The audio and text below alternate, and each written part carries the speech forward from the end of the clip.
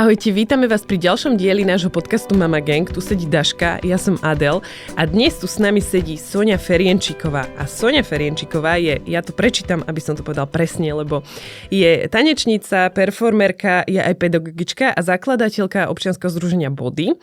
A profesionálne vzdelanie získala na Tanečnom konzervatóriu Evy Jancovej v Bratislave, ale študovala si aj tanec aj v Prahe, aj v Antwerpách, Salzburgu a tvoje vystúpenia a predstavenia videli diváci a diváčky takmer v každej krajine EÚ, keď som to tak dávala dokopy. Aj mimo, samozrejme. No a získala si nedávno aj cenu Dosky, takže naozaj aj tá odborná verejnosť ťa už ocenila.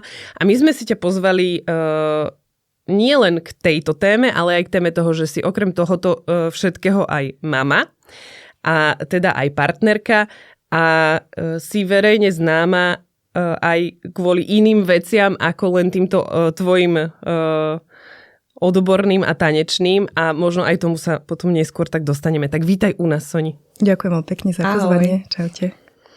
Počuj, my keď sme sa stretli prvýkrát, to bolo dosť dávno a ja som mala takú veľmi hlúpu otázku, ale mne nevadí sa pýtať hlúpe otázky. A ja som sa ťa spýtala, že počkaj, že ty keď si tanečnička, tak to ako funguje, že ty chodíš na nejaké castingy, alebo si ťa tí režiséri nejak vyberajú na základe nejakých videí, alebo tak. A ty si mi vlastne vtedy tak ozrejmila, že čo to je ten súčasný tanec. A ja si myslím, že nie veľa ľudí vie, čo to vlastne je a ako tá tvoja profesia funguje. Tak začneme týmto. Dobre. Tak ja som si teda pripravila takú pomerne vyčerpávajúcu odpoveď. Máme hodinu. Máme hodinu a budem sa snažiť to nejak ako skrátiť a skondenzovať, ale je to pomerne široký formát, takže kľudne ma zastavte, ak by vám sa to zdalo už moc dlhé, alebo si to potom prestrihajte. Je to teda umelecký žáner, ktorý sa vyvíja v podstate už od 50. rokov minulého storočia. A možno, že by bolo dobre aj povedať nejaký taký úplne, že je skrátky ten vývoj, že bol vlastne klasický tanec, ktorý vznikal niekedy v renesancii, v Taliansku, potom na začiatku 20. storočia vlastne v Amerike sa začali nejakí tanečníci ozývať, že to je teda moc rigidná forma a začali sa voči tomu tak vzopierať a tak vznikol moderný tanec a potom teda od tých 50. rokoch je tu súčasný tanec a vlastne spája sa to aj vlastne s trendom celkovým v umení, že teda to súčasné umenie okolo toho času sa začalo tiež formovať. Ale je to teda živý žáner, ktorý doteraz sa nejako formuje a mení. A ešte som si pre vás pripravila, lebo som o tom teda rozmýšľala. To je taká v podstate, je to taká zodpovednosť predstaviť to. Takže by som to chcela predstaviť cez také možno pojmy, ktoré budú aj Mama Gangu blízke, alebo teda tej výchove, alebo tým témam, ktorým sa vy venujete. Je to žáner, ktorý je otvorený a teda vlastne je tam veľa takej spolupráce, že vidíte presne divadelného režisera, ktorý robí s choreografom. Vidíte tam napríklad maliara, ktorý na tom predstavení maluje, alebo sa tam zapojí poézia, alebo je tam živá hudba, hej, hrá tam kapela. Tvorí sa kolaboratívne, hej, že veľa tých diel je spoločným dielom tých autorov. Taká tradičná rola toho choreografa, kedy on príde a ukáže pohyb, tak tá sa vlastne stratila a ten choreograf je skôr taký akoby vodca a vlastne ten pohybový materiál vzniká od tých tanečníkov samotný. Je rešpektujúci, pretože vlastne neviem, prečo mám takú trému. Aj sa celá trasiem. Dôležitá téma. Áno, dôležitá téma. Je rešpektujúci k tomu telu tanečníka. To znamená, že naozaj vlastne vychádza z tých anatomických a kineziologických poznatkov o tele a tým pádom vlastne môžeme vidieť aj starších tanečníkov na javisku. Hej, čo v tom balete alebo v modernom tanci 40 rokov a kariéra skončila. Je inkluzívny ešte aj. Je aj inkluzívny. Wow. To bol môj ďalší bod. Prepáč. Ale v poriadku, som rada, že ste so mnou na tej vlne, lebo vlastne profesionálny súčasný tanečník môže vyzerať veľmi rôzne a môže mať rôzne tie fyzické dispozície. Hej? Že napríklad v tom balete, keď sa rozhoduje, že či môže sa ten žiak alebo to dieťa stať študentkou napríklad toho tanečného konzervatória štátneho, tak sa vlastne pozrie, ako to telo vyzerá, ako vyzerá nárt, aký mám krk, aké dlhé sú ruky, ako sú otvorené kolby. Hej, a toto všetko v tom súčasnom tanci odchádza, že určite sú nejaké dispozície, ktoré sú nutné, ale vlastne každé telo de facto môže byť to tanečnícke telo. Ja si pamätám, keď si niekde, teraz neviem, či sme sa o tom rozprávali, alebo to bolo v nejakom podcaste alebo rozhovore, si rozprávala o tej tvojej kolegyni, ktorá odtancovala s tým 9. mesiaci bruchu. Áno. Wow. Vieš, že akože tehotná úplne už vo finále pomaly odtancovala svoje predstavenie, ktoré vlastne postavila na tom, že ako sa mení tá fyzionomia ženy. Ona vlastne spravila 9 repríz toho predstavenia, ako je 9 mesiacov a teda vlastne aj ten kostým bol taký, že mala v podstate otvorenú túto dieru na bruchu a vlastne otvorila celú tú tému, áno, ako sa to ženské telo mení, ale aj vôbec, ako keby ja som to predstavenie videla a som si povedala, že veď ja budem v pohode, ale sama ako mama a tým, že som si prešla tým tehotenstvom a že viem, aké je to krehké, tak som aj mala nejaký strach, hej, a že vlastne otvorilo to strašne veľa otázok. Ale ešte som k tomu chcela povedať, že naozaj sa v tom súčasnom tanci pracuje so všetkými znevýhodneniami, aj fyzickými, aj vo svete veľa tých companies, ktoré vlastne inkorporujú napríklad ľudí na vozíčku, alebo bola jedna veľmi slávna tanečnica bez ruky, ktorá naozaj prešla všetky tie svetové najväčšie tanečné festivály a robila nádhernú, akože veľmi za srdce chytajúcu prácu, takže toto je tam tiež možné. Je slobodný v tom, že nie je tam nejaké ako keby, že formálne alebo technické obmedzenie. Každý pohyb môže byť súčasťou choreografie a každý pohyb môže byť aj nejakým ako keby, že zdrojom toho pohybového výskumu. Čo si myslím, že je veľmi pekné aj to, že vlastne obracia tých tanečníkov dovnútra, že aby vnímali to svoje telo znútra, takže kdežto v tých klasických formách máte zrkadlo a je tam ten pedagóg, ktorý ukáže pohyb a očakáva sa, že vy budete sa snažiť vyzerať ako ten pedagóg, aby to bolo rovnaké, tak v tom súčasnom tanci nie sú zrkadlá a vlastne ten pohyb sa ukáže, ale snaží sa vlastne priniesť aj taká podstata toho pohybu, aby si to každý našiel v tom svojom tele a vlastne aj my keby sme sa snažili urobiť jeden pohyb, on nikdy nebude rovnaký, pretože máme rôzne proporcie, rôzne dispozície a teda sa hľadá viacej ako keby, že tá podstata toho pohybu. No tak dúfam, že som nezabudla na žiaden bod, ktorý som chcela. Aj pre mňa je to úplne nový svet, ja by som mala asi rovnaké otázky ako ty. A teraz presne, aj ma zaujíma, že vlastne aká bola tá tvoja cesta k takémuto umeniu. Hej. No bola pomerne... Chcela si byť baletka? Vieš čo? Nemala som nikdy. Ja som chcela byť v tých 10 rokoch politička. Wow. Hej. Ale tancujem od malička, akože od 6 rokoch som na Zuške, čo je myslím si, že také bežné na Slovensku a že máme naozaj takú hustú a dobrú sieť týchto základných umeleckých škôl. A tam som si prešla vlastne tými klasickými štýlmi od teda klasického tanca, ľudového tanca, tance iných národov, moderný jazzový tanec.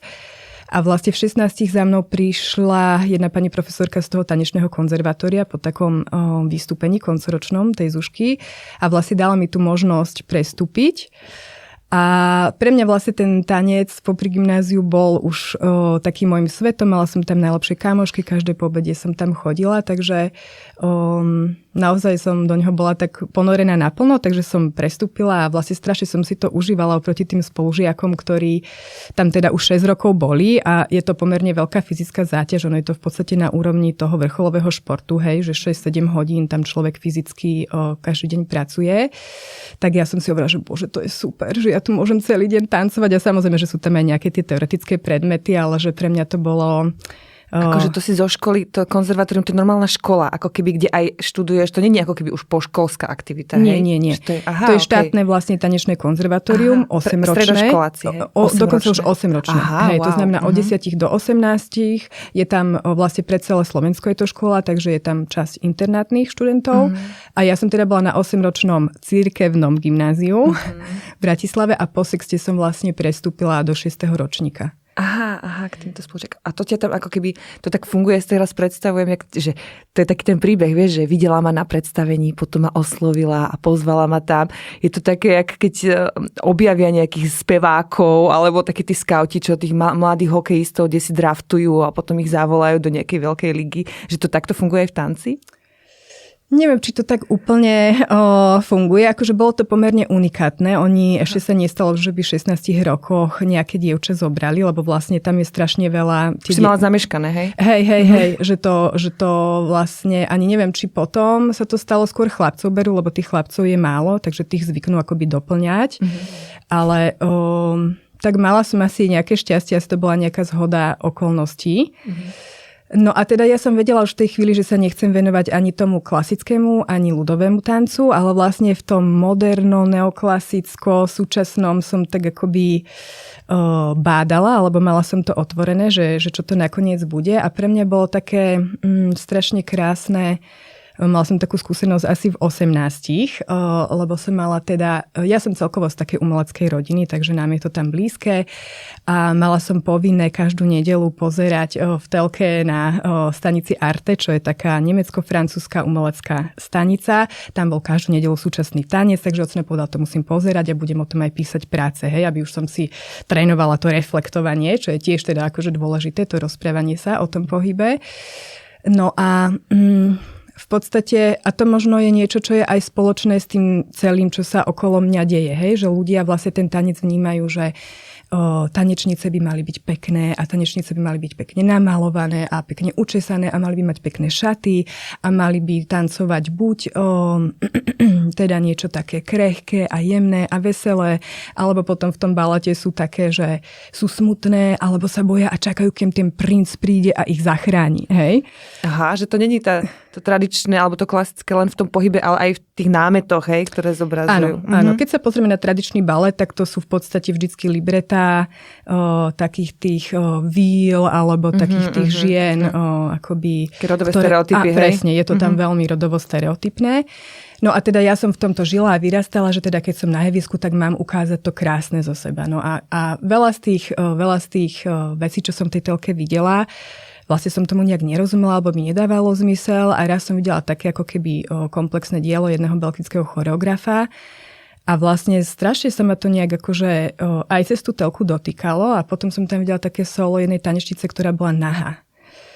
A ja som sa rozplakala, pretože som si hovorila, že sa to začalo vo mne tak byť, že bože, veď takto to nemá byť, ale pritom to, čo ona tam robí, tá jej výpoveď bola tak autentická a tak ľudská, že na mňa to prešlo cez tú telku. Ja som cítila, že bože, veď toto je to, čo ja chcem robiť. Hej? Ja nechcem byť nejaká zakliatá tam víla, ktorá čaká, kým ma princ zachráni. Hej? Že ja chcem byť reálna, skutočná.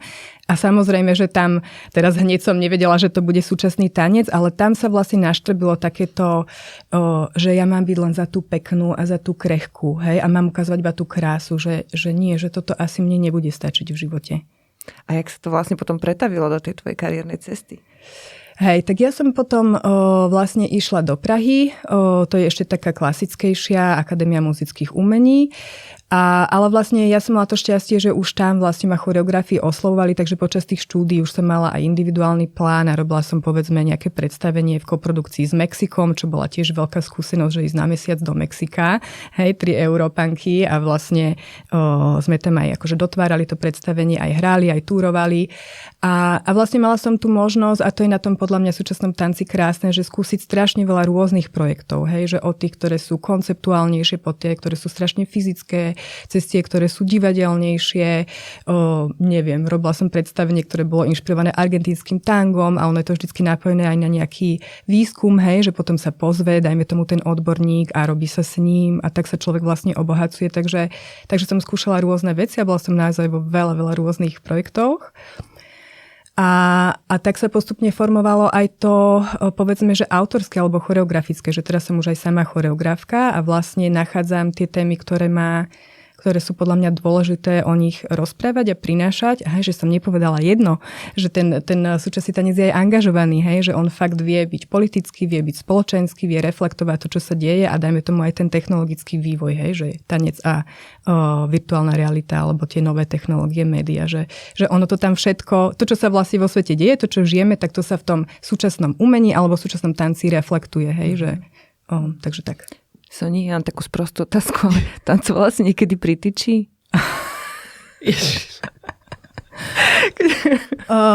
Nie, netancovala som pri tyči, ale spravila som jedno video teraz v reakcii, lebo som bola u môjho trénera, našla som tam tyč, lebo jeho priateľka sa venuje teda aj pole dancingu. Ale ten pole dance, to je ale náročný šport. Jasne, však to má byť aj umelecký. Ja som si dokonca teraz čítala, keďže sa spustila táto kauza, že oni aj ako keby sa snažia akoby ho zaradiť do olympijského športu, takže ja sa určite... Už aj skateboarding môže byť aj pole dance. Hej, jasné.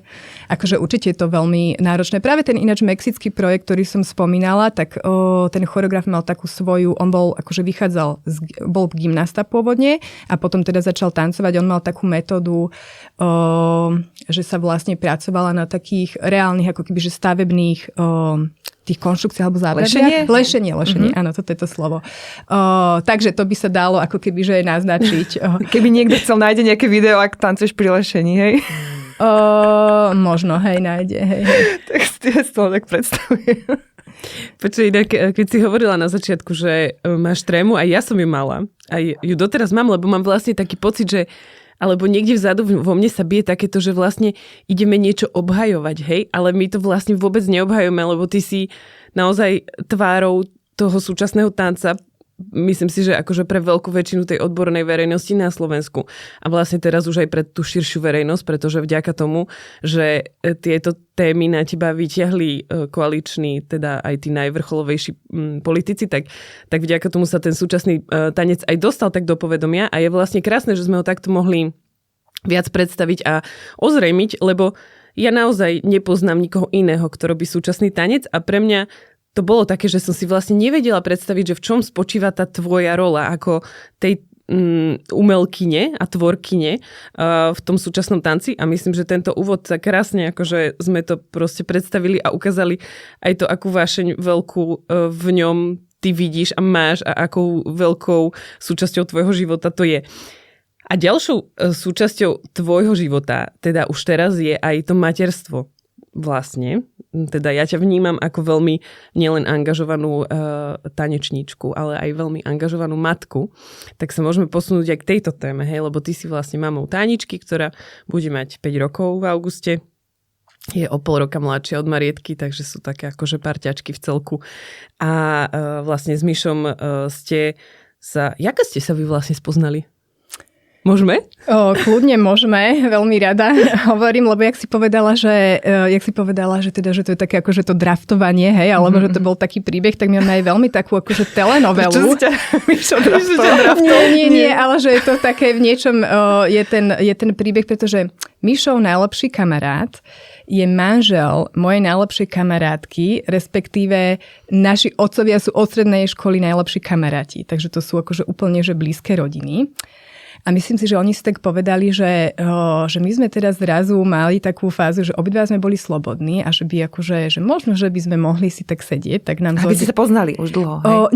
Nie. Práve, že my dvaja s Mišom sme sa nepoznali. Aha. Aj keďže naši rodičia sa poznajú, tak oni hovoria, nám teraz prinášajú také tie momenty, že ako sme sa v detstve videli v Horskom parku a tak ďalej, lebo oni sú tá istá VPN-kárska a disidentská vlastne komunita. No ale my sme sa potom celý život vlastne s Mišom nevideli a títo kamoši si teda povedali, že to by mohlo fungovať, tak nám zorganizovali také akože náhodné stretnutie u nich doma. A my sme sa fakt videli iba, pol hodinku. To znie hrozne trápne, že? Že to bude akože také, že náhodné stretnutie, nie? No oni to akože spravili úplne dobre, že mne to až potom došlo, že asi to bol ich zámer, aby sme sa stretli. Že to vyzeralo úplne, že my sme išli s tou kamoškou. Že nič také nútené, že... Nie, vôbec. Že príď.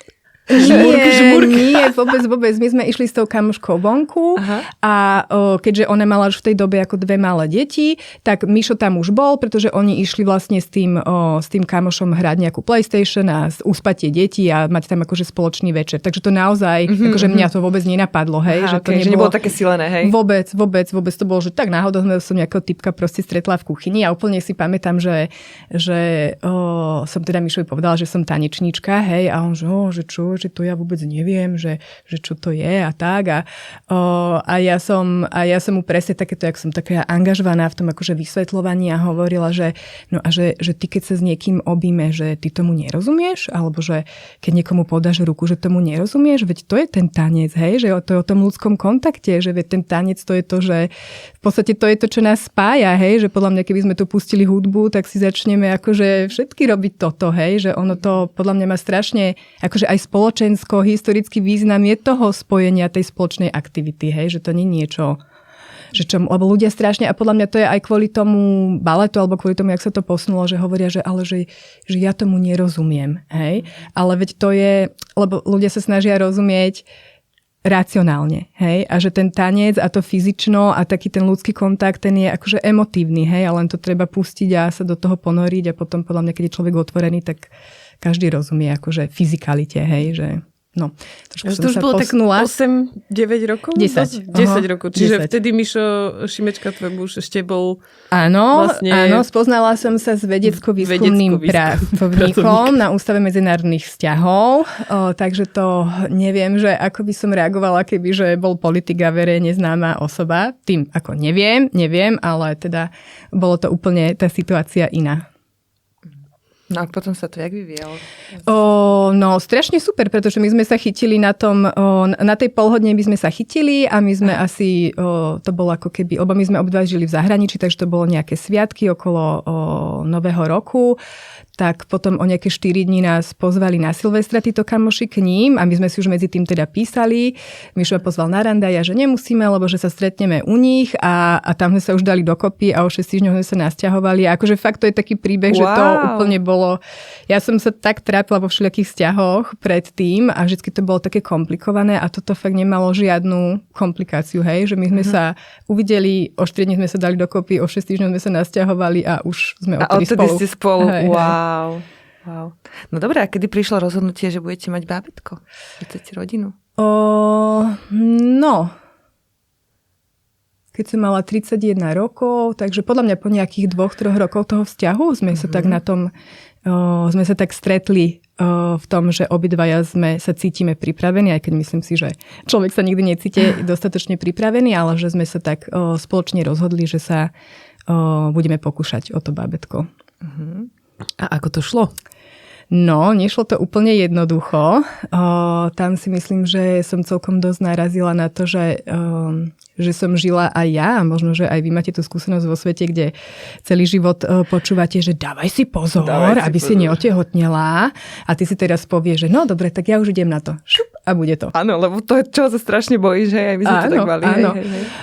A vlastne žiadne také povedomie o tom, že veď aj ako sa to posúva, však máme na to určite veľmi veľa výskumov, že tá plodnosť vlastne aj celkovo celoplošne nejako klesá, ako to klesá s vekom a že to nemusí byť také jednoduché, že toto ma vlastne strašne zaskočilo a bolo to také náročné obdobie, myslím si, že pre nás obidvoch, ale myslím, že sme tak zodpovedne k tomu pristúpili, boli sme sa obidvaja dať vyšetriť. Mne našli taký zdravotný problém, ja som mala myom na maternici, vlastne v tom mieste, kde sa to vajíčko má uchytiť, takže vlastne to sa aj tak dalo očakávať, že naozaj teda tam bol medicínsky problém. Bola som potom na operácii, potom sa to nejako zahojilo a potom sa nám to už podarilo, ale bol to teda proces. No, to je... A špeciálne pre tanečnicu, ktorá vlastne pracuje so svojím telom, tak si vlastne pre to tehotenstvo musela akoby veľa obetovať z tej svojej kariéry. Už predtým, jak sa to stalo, asi nie? Nemyslím si, že som reálne ako keby, že musela obetovávať z tej kariéry. Ja som normálne popri tom pracovala. Ja som dokonca po tej operácii mala naplánované, že 3 dní potom idem do Paríža a budem hrať predstavenie. Našťastie, áno, ja to mám takto a učím sa to meniť. Našťastie potom ma rodičia akoby trošku dotlačili do toho, že nájdi si alternáciu, že možno fakt nebudeš v stave ísť, alebo respektíve tancovať. A bola som im za to strašne vďačná, lebo ja som fakt, že ledva, ako keby, že vyšla jedno poschodie do schodov. A teda odletela som nakoniec do toho Paríža, ale tiež som si po tej operácii akože hovorila, že bože, že ja ani ten kufor neunesiem na to letisku, že jak to ja idem dať, ale akože dala som to nejako, netancovala som nakoniec, ale bola som tam prítomná pri tom preskúšaní. Teda to preskúšanie už bol nejaký proces predtým, ale akože bola som tam, no. To je inak fascinujúce, ako to nevieme proste púšťať, tie veci, nie? Že si stále tak myslíme, že veď však nevadí, však tak niečo mi spravia, ale ja idem, hej? Že... Aj v tom tehotenstve ešte. Aj v tehotenstve, aj po pôrode. Ako predtým, no? Že to vlastne, máš pocit, že však veď ja nemusím, že veď to telo akože nejak bude fungovať a to je jedno, čo sa mu stalo pred pár dňami. Ja mám pocit, že vlastne aj keď sa pozriem na seba, to je taký paradox, že na jednej strane akože pracujem s tým telom, ale na druhej strane tam vlastne je malá kultúra toho, že veď počúvaj to svoje telo. Hej? A jasné, že nemôžeme všetci pri prvom akože soplíku teraz rušiť predstavenia a nerobiť projekty, ale zároveň je to akože svet, kde napríklad ten tanečný, ale podľa mňa sa v niečom spája aj s tým materským svetom, hej, že tá mama čerstvá proste podľa mňa ide dať všetko tomu bábätku a ide mu obetovať všetko a vlastne vôbec sama seba upozadí, hej, že to bola napríklad aj tá moja skúsenosť. Trošku som ako stratila tú myšlienku, ale v podstate, hej, že je to také, no, upozadenie seba, hej, že ja tiež viem, že sa mi stalo, že na predstavení som si spravila 7 cm tržnú ránu a až dokým som nestala v mláke svojej krvi a musela sa to predstavne zastaviť a zobrali ma akože do nemocnice zašiť tú nohu a aj tak som o 2 dní na to letela do Tel Avivu proste hrať predstavenie, hej, takže takéto blázivé veci som celú mladosť robila a teraz aj vďaka tej Táni sa učím a takému nejakému skľudneniu, čo to materstvo vlastne prinieslo, sa učím už nerobiť také veci. No. A ja som sa chcela ešte kúsoček späť vrátiť, lebo mňa zaujíma, že ako ty, ako tanečnica, ktorá keby, ja som to tak veľa, že dobre poznáš svoje telo a máš ho tak navnímané a s ním pracuješ, že aký bol pre teba ten pôrod a tá príprava na pôrod, či to bolo také, že ti pomohla tá dôvera v to, že poznáš svoje telo a vieš, ako funguje.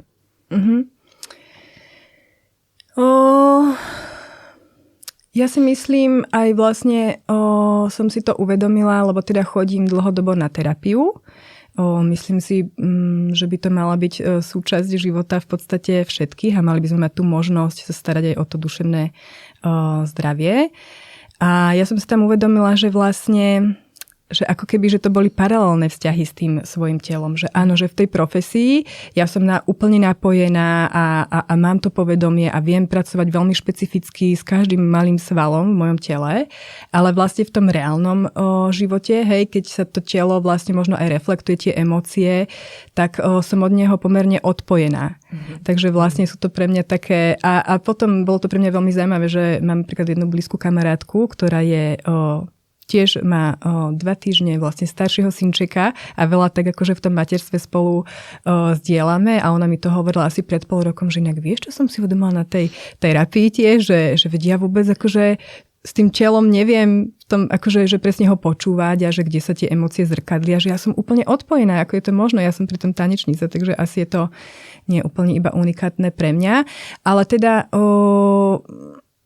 myslím, že som to zobrala veľmi poctivo, tú prípravu a teda som sa snažila, ja som aj cvičila tehotenskú jogu 2-krát do týždňa, to bolo pre mňa super, aj pre to moje telo a veľa som chodila a myslím si, že pre mňa bolo strašne dôležité aj spolu, že už som sa nejako poznala tú svoju povahu a že som taká perfekcionistka, sa pripravovať na to, že môžem mať ja nejaký svoj ideálny scenár a ten pôrodný plán, ale nemusí to tak byť. Nemusí sa to podariť a vlastne sú to veci, ktoré že človek počúva, že a čo je to epidurálka a toto hento a že aké budú tie vlny alebo nebudú, hej, ale vlastne až v tom danom momente sa vlastne človek reálne konfrontuje sám so sebou a preto ja som si nekladla na seba také tie proste, že toto je môj vysnívaný plán a ja si určite nedám epidurálku, lebo to bude koniec sveta. Lebo ja som si povedala, ja neviem, aké to bude. Hej, ja chcem byť, alebo sa snažiť byť k sebe láskavá a keď budem cítiť, že budem niečo potrebovať, mala som dôveru k tej lekárke, a vlastne ten pôrod bol v podstate bezproblémový, hej, alebo samozrejme, že tam bol ten klasický problém toho, že som tanečnica, takže mám veľmi silné to brušné svalstvo a že teda alebo celkovo aj to vnútorné svalstvo a že som sa vlastne nechcela otvoriť, hej, a tá fáza bola náročnejšia, ale potom som samozrejme, že za 3 výdychy, akože to bábätko vydýchla, hej, že to bolo, pani doktorka bola veľmi spokojná. Čo pani doktorka, ty? No ja samozrejme, hej, a áno. No a aké boli vaše rodičovské začiatky? To bol COVID, len aby sme si to tak akože dali do kontextu. To bolo 2020, čiže prvá vlna, nikto nič nevedel, čo sa bude diať. Michal bol vtedy europoslanec, čiže on aj často asi lietal hore-dole. Ty si sa nejako chcela možno aj vrátiť potom do nejakej, podľa toho, čo počúvam minimálne, čo o tebe viem, tak si sa asi rýchlo chcela vrátiť aj do nejakej svojej vlastnej sebarealizácie. Čiže aké boli tie rodičovské začiatky? Hej, no Mišo, musím povedať, a toto je podľa mňa celkom zásadné, že vlastne tým, že to bola tá prvá vlna, tak oni toto obdobie po taničkinom pôrode, ešte myslím, že tie prvé 2-3 mesiace sa nelietalo, ale ten parlament fungoval online.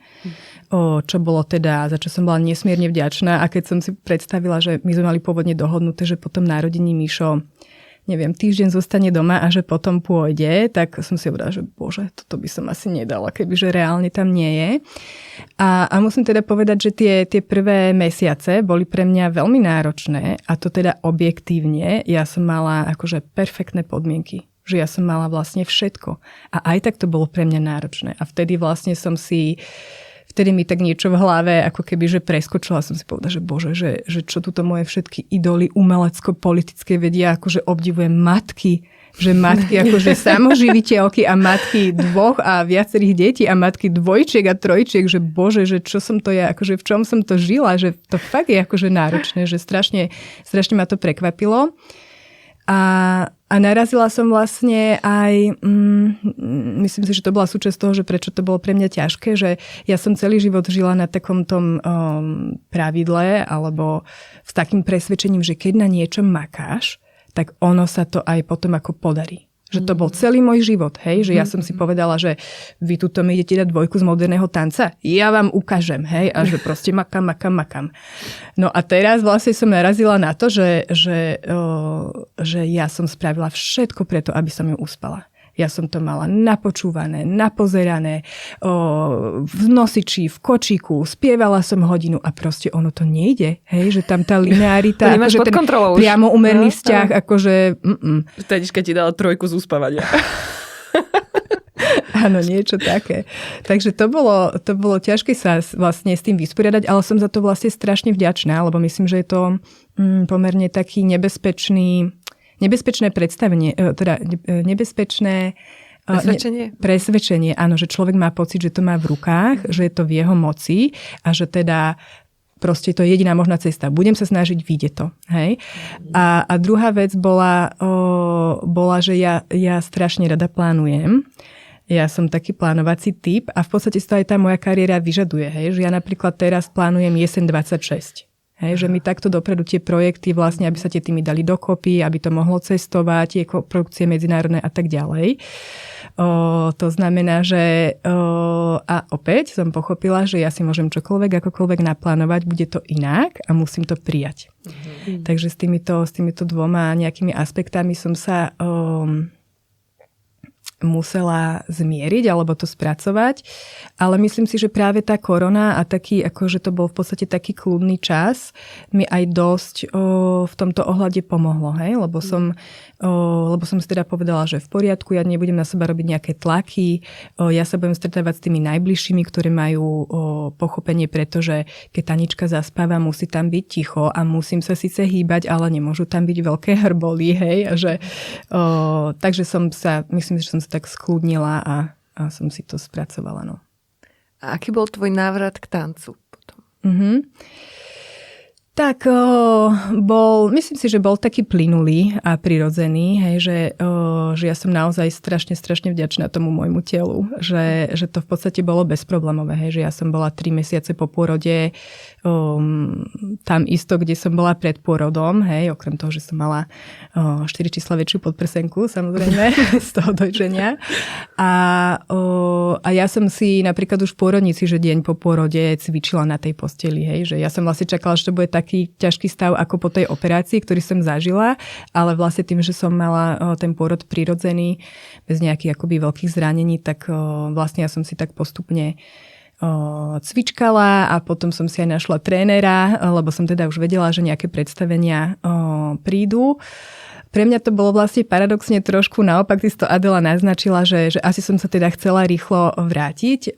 Ja som mala som jednu takú blízku kamarátku, ktorá mala teda deti skorej a vnímala som, že ona tie deti strašne ľúbi, ale že je taká nedosytená a že jej veľmi tá práca chýba.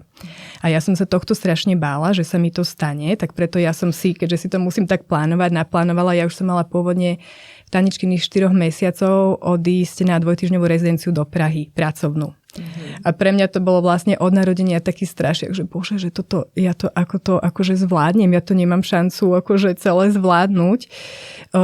Takže to bolo skôr naopak, že som tú robotu musela, tam sa to potom aj vlastne kvôli tej korone nakoniec nemohlo uskutočniť, takže až v 8 mesiacoch sme tam takýto prvý výjazd spoločne išli. A tak, v podstate prirodzene. A tak ako vyzerala tá tvoja prvá cesta? Jak si to mala vlastne nejakú pomoc v rodičovstve? Teda asi vieme, že asi Vierka bola, že? Tvoja prvá pomoc? Dobre. Áno. Vierka bola s nami od 11 mesiacov. Pre uvedenie do kontextu, tak Vierka je prízeračka, ktorá bola vlastne naša spoločná a má teda aj projekt Prizeranie. Tak len keby niekto nevedel, kto je Vierka, tak myslím, že sme Vierka to spomínala asi miliónkrát, ale Vierka bola vlastne naša pani opatrovateľka, prizeračka. Áno. A ja mám teda aj veľmi podporujúcu rodinu a teda aj Mišo je veľmi podporujúci, takže vlastne do tých Košíc sme išli spoločne.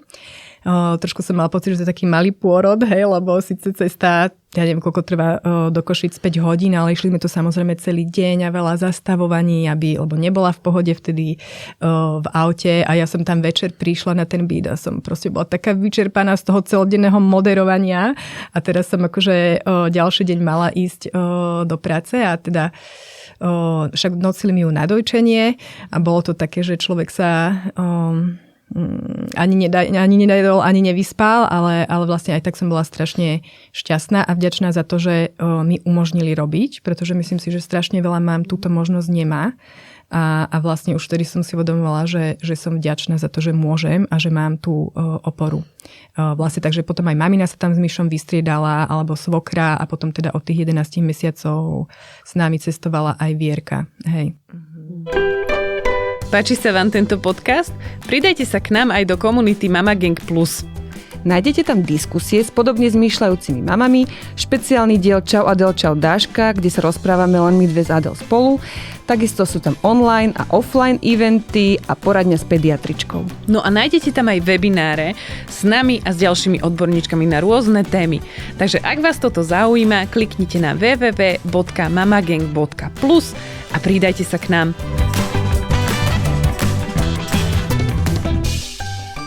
Mne to príde, že práve pri tej tvojej profesii by som si povedala, že to vlastne nie je úplne možné, keď máš malé deti, pokračovať v takejto vrcholovej nejakej fyzickej aktivite, lebo ten tvoj tanec naozaj je akože veľmi náročný na telo a aj na čas, lebo je to večerné väčšinou, hej, aj na to, že nie je príliš flexibilný, lebo hold, keď mám predstavenie 11.5. o 18. a moje dieťa má o 17.30, 38.5, tak blbé. Hej, že mala si aj takéto nejaké situácie, kedy si sa spýtovala sama seba, že či to vlastne stojí za to? Mm-hmm. No určite mi to bolo vlastne hlavne tie tvorivé procesy, ktoré sú teda vlastne robíme formou tých rezidencií, že teda niekde musíš vycestovať a teraz musíš tam väčšinu času dňa byť na tej sále a tvoriť. Tak tak samozrejme, že som mala pochybnosti, alebo samozrejme, že mi Tanička strašne chýbala a keď som videla ráno, že ešte fakt to bolo povedzme do tých 2 rokov a ja som videla, že ona je smutná, že odchádzam a ja som bola smutná, že odchádzam, hej, ale zároveň sa to proste nedalo úplne zmeniť.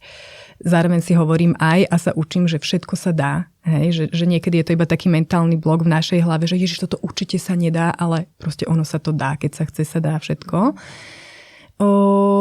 Takže boli tam ťažké momenty, ale zároveň vlastne ja si myslím, že som mala stále to presvedčenie, že ja tým, že môžem pracovať, ja som lepšou mamou. Že proste niečo, čo bolo... Ja som to nikdy nevnímala tak, že ja som mala nejaký život, pôrod a môj život bude iný. Nie, ja som stále Soňa a ten vlastne tanec je mojou súčasťou akože bytostne. Hej? A to sa nedá, ja si nemyslím, že by to bolo pre mňa, každý má inú cestu, správne vlastne sa od toho odpojiť. Hej? Že bolo to pre mňa strašne dôležité, aby som sa pokúsila vlastne to inkorporovať, hej? Alebo že pracovať s tým ďalej, ako teda s tým môžem pracovať, aby som vedela aj zotrvať v tej kariére a aby som aj bola dobrá a spokojná mama. Hej? Že nájsť tú cestu. A mala som, hovorím, veľmi podporné prostredie, za čo som strašne vďačná. A zase treba povedať, že na jednu stranu sa ako keby, áno, už asi človek nebude rušiť to predstavenie, keď sú predané lístky a je to neviem na nejakom veľkom festivale, ale zároveň myslím si, že že vlastne to prostredie toho súčasného tanca, jak som to aj popísala na začiatku, že ono je citlivé, hej? Že my robíme v tímoch, alebo tie tímy si skladáme tak, že proste sú to ľudia, s ktorými ľudsky rezonujeme, sme v podstate kamaráti a ona tam že tiež mám akoby okolo seba viacero tanečníc, ktoré už boli mamami a mohla som sa s nimi nejako porozprávať alebo pomôcť, akože vedeli sme spolu tým obdobím prejsť. A tvoje telo po porode fungovalo rovnako? Necítila si tam nejaké zmeny? Možno aj pri tanci, že akože keď sa rozširuje pánva, niekde je hrudný kurz, sa trochu rozšíri aj. To telo proste je trochu iné po tom porode, že vnímala si to? Vieš čo, úprimne, ako keby ja nemám pocit akože zmeny. Ja som necítila fyzickú zmenu. Viem, že mám aj kamošky, ktoré mi hovorili tiež akože z branže, že napríklad kým dojčili, že mali pocit, že sa im nevie tá svalová akoby hmota vrátiť, ale ja som to nemala. Hej, že ja som jediný, čo som mala problém, že ja som strašne akože klesla s váhou, už takže to nebolo dobre, lebo som veľa dojčila, takže to bolo v podstate akoby jediné, ale nemala som pocit, že neviem ani napríklad tie svaly nabrať, alebo tak. Hej, že ale teda pamätám si, keď som v roku a 3/4, to bol prvý zájazd, ktorý som išla bez Taničky, lebo sme išli na Island a tam naozaj som si povedala, že sú tam komplikované lety, je to ďaleko s prestupom časový posun, že nejdem ju tam proste vláčiť, že to zvládnu. A som strašne vďačná za to, že opäť to prostredie ma podporilo v tom, lebo pôvodne som si hovorila, že teda asi ju musím odstaviť, aby som na ten zájazd mohla odísť. A že vďaka Bohu boli okolo mňa ľudia, ktorí povedali, nie, nemusíš.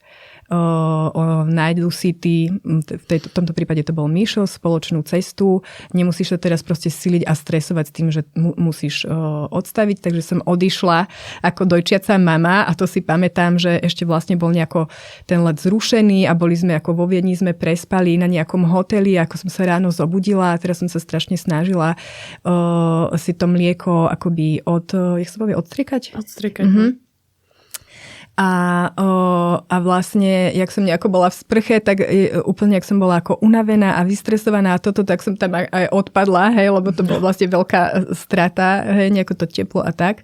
A to som si teda tak hovorila, že bože, že ako to teraz odtancujem, hej, s tým, že vlastne tam to bolo také jediné, čo som teda riešila. A v pohode som to zvládla, predstavenie, mlieko nestriekalo a vrátila som sa domov. Čierne tričko radšej. No, mala som také tie prstné vložky, áno. Tak všeličo musíme vydržať. Všeličo musíme vydržať.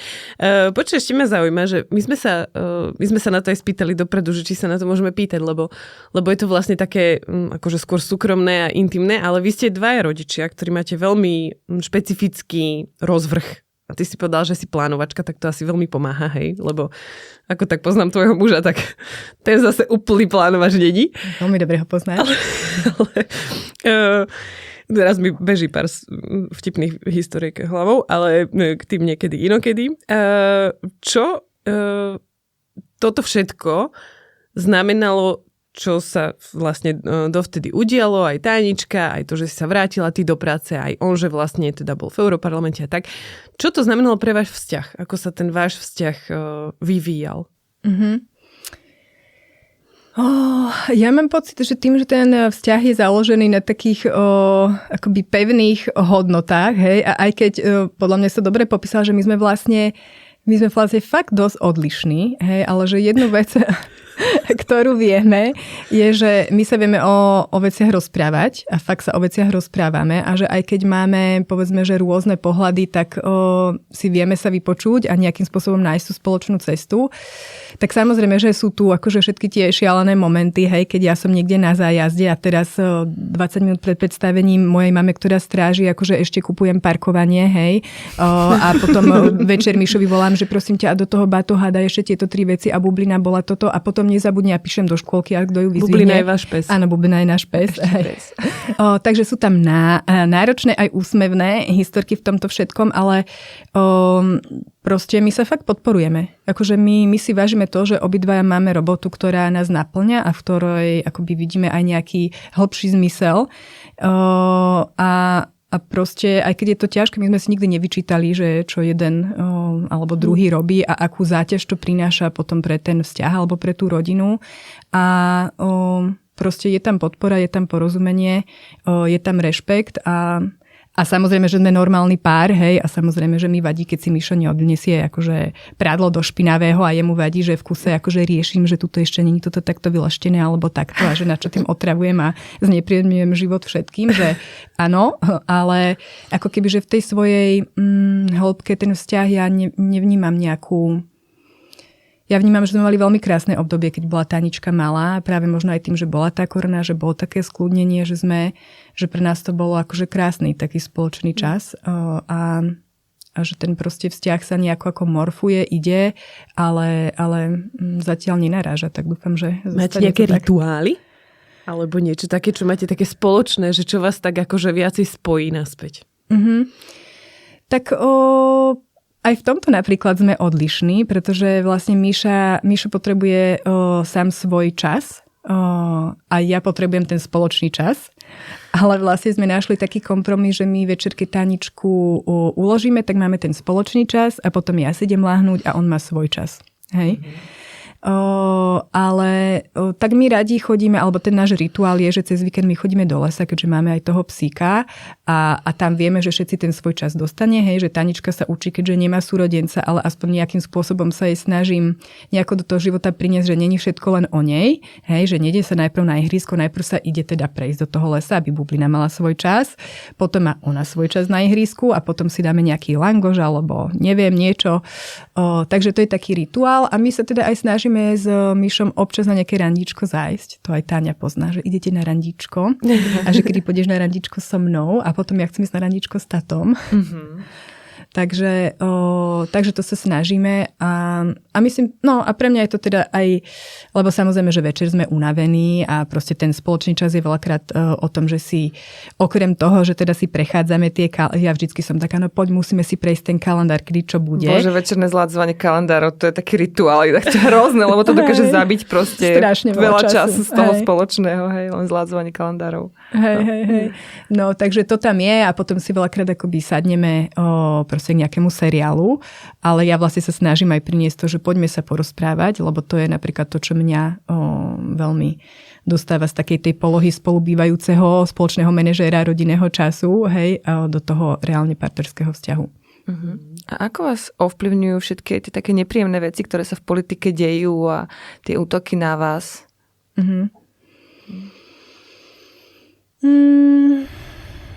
No, ovplyvňuje nás tak, že sú tam prítomné a že to musíme spracovať a musíme proste s tým žiť. Hej?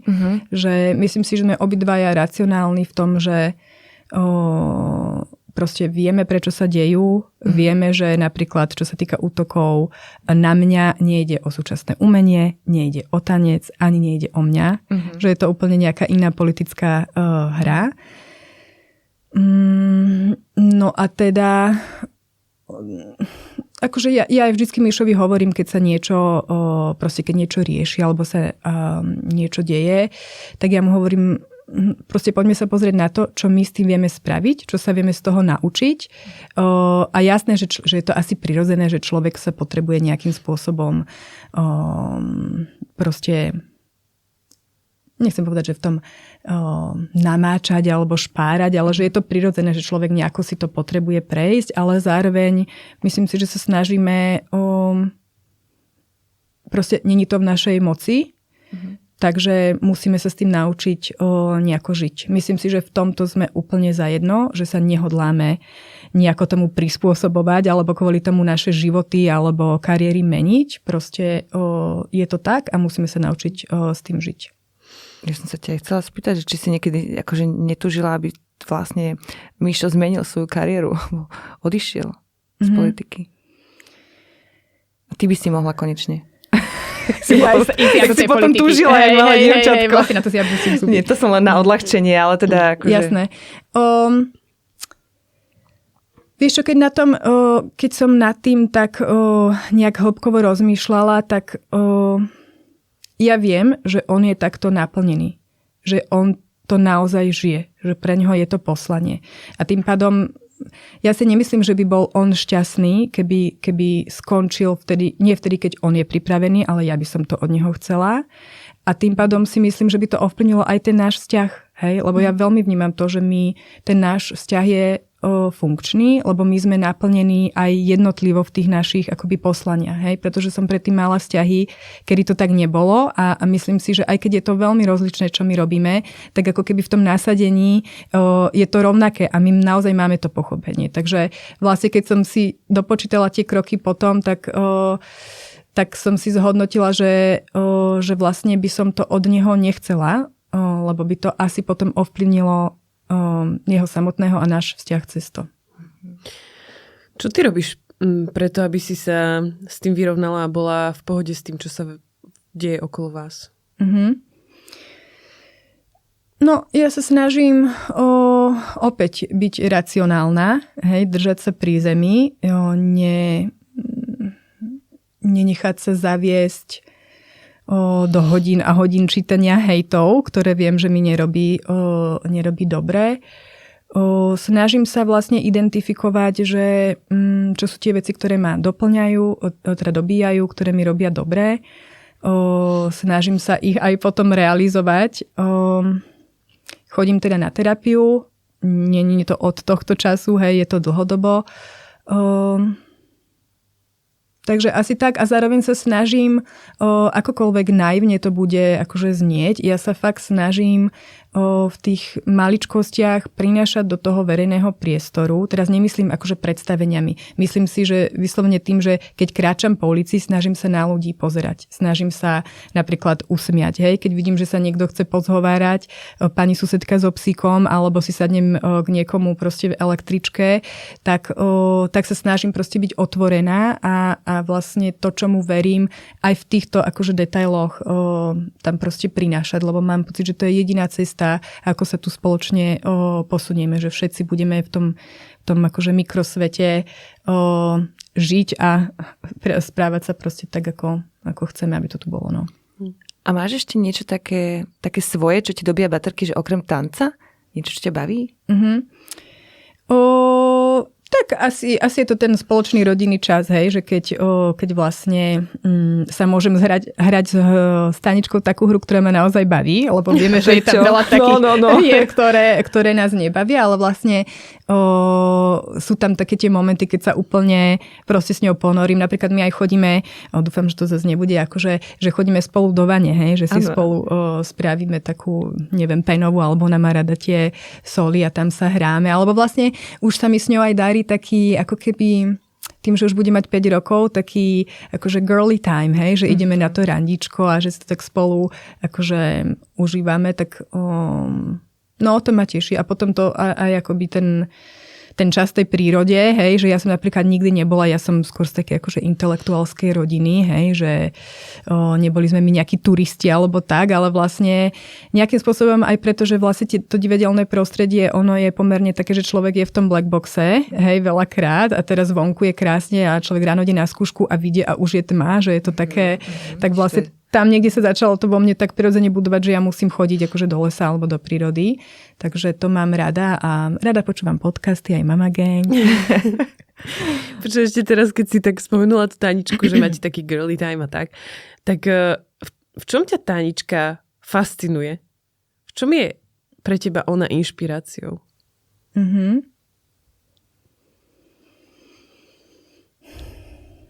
Tak neviem, či je to špecifické pre ňu. Je ako keby, že sa mi strašne páči to, jak tie deti sú v tom danom momente. Hej? Že ona sa... My sme inak, a to je strašne vtipné, ale že v tom predstavení Bakea, ktoré je teda ten úryvok, ako keby, že z neho ide, tak jedna z tej práce, ktorú sme robili a ktorú ten choreograf priniesol, je, že videli ste niekedy deti, že oni sa tuto takto hrajú s tými listami a potom zrazu uvidia tam niečo a teraz sa úplne, že plná pozornosť tam a idú. A oni dokážu takto prepínať a vlastne a zároveň udržujú tú slobodu, že keď ich niečo prestane baviť, tak oni to pustia. Hej, a prepnú sa na niečo iné. A vlastne, že to je trochu aj taký pohybový princíp, ktorý sme tam mali v tej inej časti. Takže toto sa mi strašne páči, že tam je tá úprimnosť proste k samému k sebe. Hej, že ja teraz chcem robiť toto, ja potrebujem toto a nemajú teda tie metódy na to si to niekedy tak sofistikovane vypýtať alebo teda spracovať tie svoje emócie, ale zároveň tá úprimnosť, to je podľa mňa strašne krásne. A ako sa s Taničkou rozprávate o tých veciach, o politike, o tom, čo sa deje? Tak tam by som to asi rozdelila, že tie veci... proste negatívne, s ktorými sa stretávame od toho hejtu rôznym spôsobom a tak ďalej, tak sa snažíme ju tým nezaťažovať. Že samozrejme, ak sa nás spýta na čokoľvek, tak sme pravdiví, ale samozrejme tú pravdu formulujeme primerane k jej veku, áno. A potom o politike celkovo my napríklad vždycky Miša pozeráme, keď je v tých politických... Pozeráte, hej, pozeráme. Tam sú také akože vtipné momenty, lebo raz odchádzala, mu povedala, že no povedz tam, že Tánička. A on hovorí, že vieš čo, nepoviem Tánička, ale môžem povedať, že progresívne Slovensko. Takže bola taká spokojná potom, že teda jej to vyšlo. A že on povedal niečo, čo si dohodli, hej? Áno. A že to bol pre ňu taký signál. Hej. Pekné. A tak aj Tanička by tam niekde mohol prepašovať. Ale dobre sa vynašiel, že? Dobre sa vynašiel v tej situácii. Hej. Takže bavíme sa, aj sme sa s Adelou tak kamarátsky o tom bavili, že ja pomerne dosť tázam tú tému, ako keby, že ako prinášať povedzme nejakú tú tému zla, hej, vôbec tomu dieťaťu, pretože ja som si strašne želala, aby to moje dieťa vyrastalo s pocitom, že svet je dobré miesto a že ľudia sú dobrí a že byť taký otvorený. A áno, nejakým spôsobom to náraža, alebo že teraz zvažujem, že ako k tomu pristúpiť, alebo kde je vlastne tá hranica medzi tým, aby to dieťa nebolo z nevedomosti v nejakom ohrození, alebo aby bolo nejakým spôsobom naivné, ale zároveň, aby som proste podporila to, čo si myslím, že je dôležité, hej? Že aby tie deti dostávali takú vieru v to dobro. Takže teraz samozrejme, že sme v tom období akože policajtov a zlodejov a ona je teda... Také čierno-biele vnímanie, hej, teraz na dobro a zlo majú tie deti, no. Áno, ale vôbec, že vlastne ju to akoby zaujíma, hej, lebo že dlho sme o tom nejakým spôsobom, že ona to neprinášala do rozhovoru, tieto témy. A je to naozaj tak, že vážim každé slovo, ktoré jej poviem, lebo viem, že je strašne dôležité to, akým spôsobom to poviem.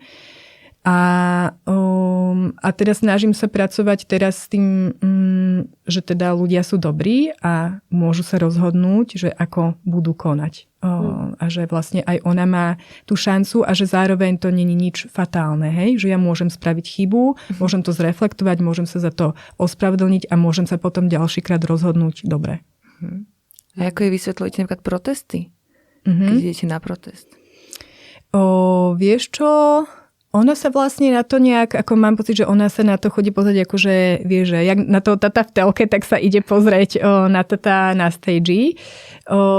A tým pádom, že ona sa na to nejak nepýta, tak ja, proste ona to bere, že to je, a tak jak vy, akože pre ňu bola automatická súčasť života, že vidí tata na billboardoch po celom Slovensku. No hej? inak. No. Hej. A že to ti príde také, aj že... seba vlastne, aj ona bola. Áno, iba hej, zozadu na jednom teda, bola zozadu ale aj hej, ona. že ste tak išli spolu ale vtedy. že to bol presne ten paradox toho, že ja som musela mesiac, že proste idem po ulici, že Ježiš, hej, a teraz mi to trvalo mesiac, kým som si akože, dobre, tak OK, toto tam je, hej. A ona bola úplne, a najlepšie bolo, že sme boli na ulici, ona, že začala kričať, tati, hej, tam na tom billboarde, a všetci sa samozrejme akože otáčali, hej, a ja som sa tvárila, že tam nie som. Takže proste pre ňu je ten protest úplne prirodzená súčasť života a ona sa na to nepýta, hej, že, a ona vlastne skôr sa pýta, že a kedy už pôjdeme zase na ten protest, hej, že kedy bude nejaký protest, ja chcem ísť na protest. A tým pádom, že kým sa ma ona na to nepýta, tak ja som nejakým spôsobom akože zatiaľ je o tom akoby nehovorila, keď sa spýta, že čo to vlastne je. Podľa mňa ona to berie ako nejaký taký happening spoločenský. To je také, že súčasť Mišovej práce je proste, že ide sa na protest vystúpiť. Áno, hej. Mojim deťom sa nechce chodiť, že nuda a už sme, vieš, kadečo, píšťalky, chrunky, kámoši, aj tak proste to majú, že bože, nuda, niekam musíme ísť. Vieš? Na Mijave je to fantasticky vyriešené, lebo my vždy, keď ideme na protest, tak tam je vlastne stage a za stageom je veľké detské ihrisko, čo je perfektné, ale ešte je tam jedna totálna výhoda pre nich, síce, že tam sú moji rodičia a buď môj otec alebo mama, ich vždy zoberú a kúpia im taký ten pribínačik v tej kapsičke, vieš? A my prídeme na protest a Milo už má Pavlovov efekt, že, či reflex, že už sa začne pýtať hneď na pribínačik, že kedy už pôjdeme na pribínačik. Takže on má spojený protest s pribínačikom. Inokedy ho nemá, má ho na proteste, takže... Treba motivovať, no. Cukor a bič. Vlastne, hej, v Žiline je zmrzlináreň hneď vedľa námestia. Tak keď sme boli v Žiline, tak sme šli na zmrzlinu, tak to bolo v pohode.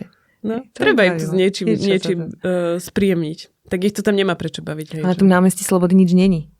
Môže tam niekto proste doniesť cukrovú vátu, zmrzlinu a balóny deťom. Biznis plán. Jednu heliovú bombu a balóniky deťom, nech ich aspoň aj vidieť v tom dáve.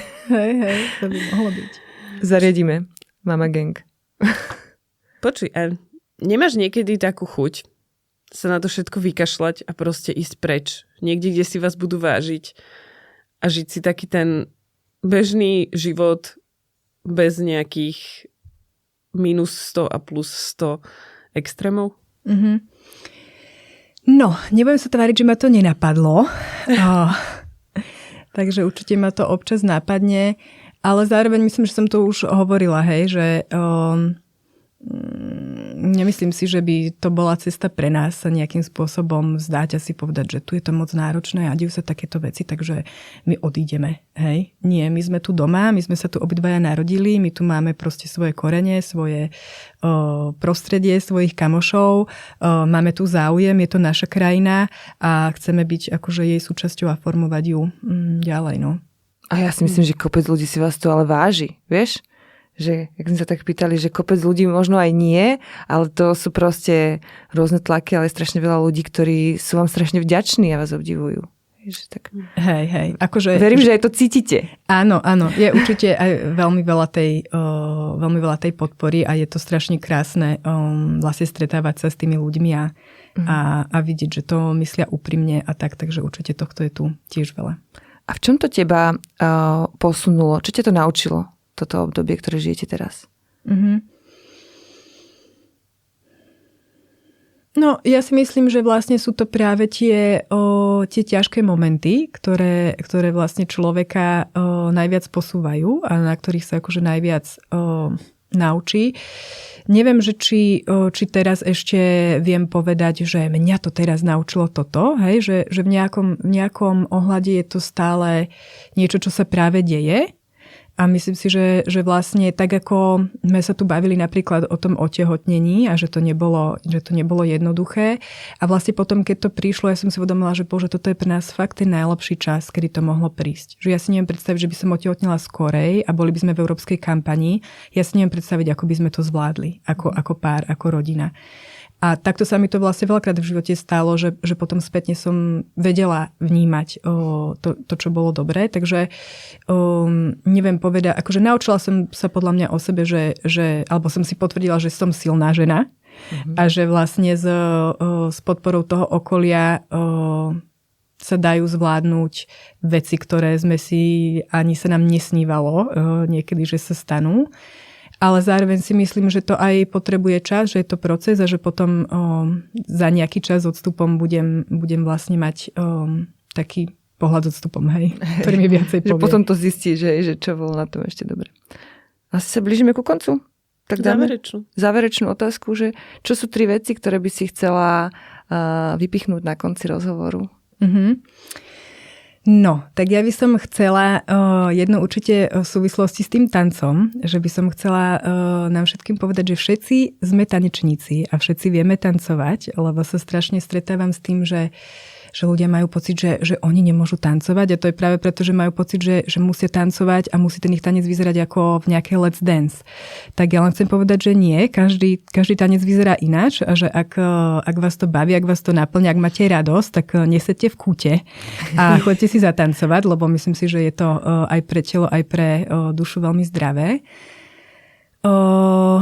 Potom by som asi chcela povedať, že ak máme tú možnosť a silu a vieru, tak sa snažíme prinášať do toho verejného priestoru a do toho vlastného mikrosvetu vlastne tie maličkosti, ktoré sú strašne dôležité, takú tú nejakú láskavosť a ten rešpekt a aj vo chvíľach, ktoré sú kedy vnímame, že je to ťažké, dajme tomu, počúvať alebo sa rozprávať s ľuďmi, ktorí majú iný názor, aby sme sa ako keby, že s takým rešpektom sám k sebe, že niekedy je to ťažké, niekedy sa to nedá, ale aby sme to stále skúšali robiť.